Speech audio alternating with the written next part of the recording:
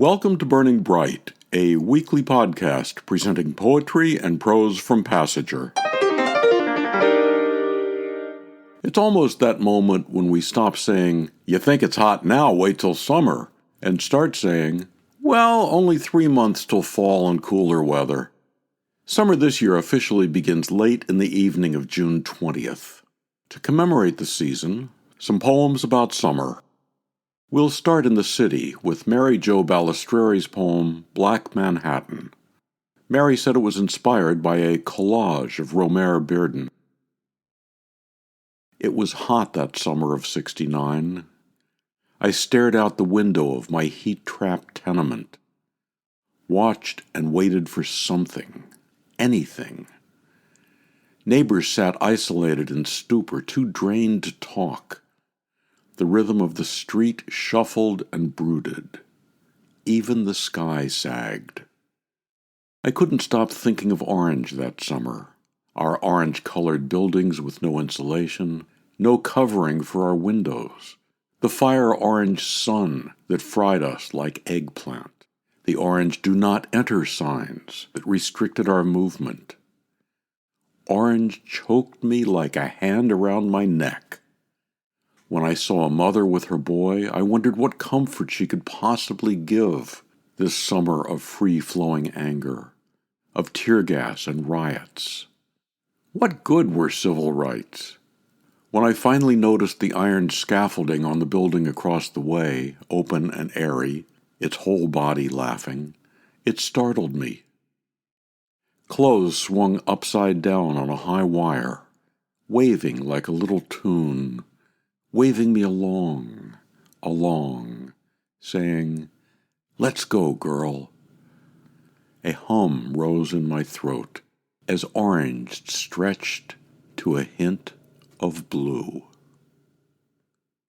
Black Manhattan, Mary Jo Balestreri, from Passager's 2008 issue that marked the 40th anniversary of Martin Luther King's assassination.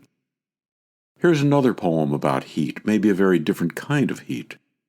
Fire Season by Margaret Hoehn, from Passager's 2015 Poetry Contest issue.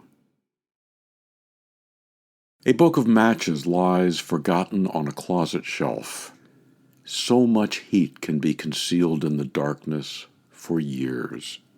And a match, like any secret left to nimble in an unlit space, can kick up a sweltering wind, cause the asphalt to soften, cars to overheat and break down, men to get lost in those wavering ribbons of heat. Once the first spark is struck, all it takes for the next is a sideways look, a fever, or the rasp of a word against skin. Tonight, all it takes is a man and a woman who sit in the sweat of the kitchen and will not meet each other's eyes and will not speak. The woman is fingering a rose that she has picked from the garden, that match head of orange which can light up a room or burn a house down. Margaret Hoehn's poem, Fire Season. For a lot of people, summer means spending time at the lake or the ocean. Kirby Olson said, "A couple of years ago, my wife suggested we go to Ocean City, New Jersey, and I fought it, preferring the museums of New York City. Eventually, we packed up and off we went. It felt strange to be on a beach with terns running up and down in the surf, with 500,000 people dipping in and out of the water or floating on tubes. Eventually, the experience became the poem Jersey, July. By the sea, vacancy. In the wading pool, a litter of starfish. In the surf, a dollar floating, a green paper fish. By the sea, vacancy. A prop airplane lone above Cape May, lone above the lighthouse, carrying a Ripple Word banner. Baby, it is easy to push the beach ball back and forth. Baby, it's easy to be at the sea, in that vacancy by the sea.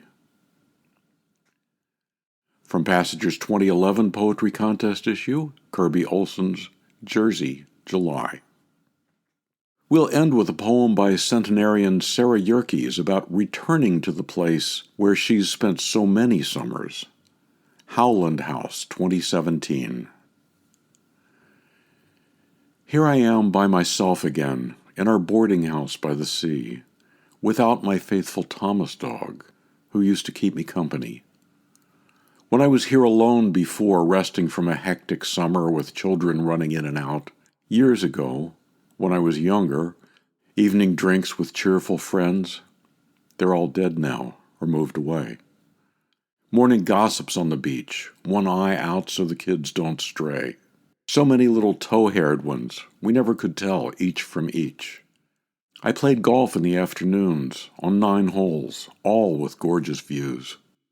My golf scores never did improve, but some things that I'll never lose are memories of happy times, playing with the ones I loved.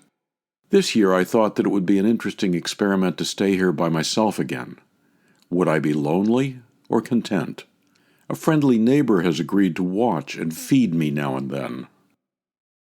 I've been back long enough to know the venture was a wild success. Since deafness now isolates me, I miss people less and less. No guessing about what I've missed. I thrive on salt air by the sea. From her book The Days of Blue and Flame, Howland House, 2017, by Sarah Yerkes. To buy Sarah's book The Days of Blue and Flame, subscribe to, donate to, or learn more about Passager and its commitment to older writers, visit PassagerBooks.com. Passager offers a 25% discount on the books and journal issues featured here on Burning Bright. Visit our website to see what's on sale this week. For Kendra, Mary, Christine, Roseanne, and the rest of the Passager staff, I'm John Shore.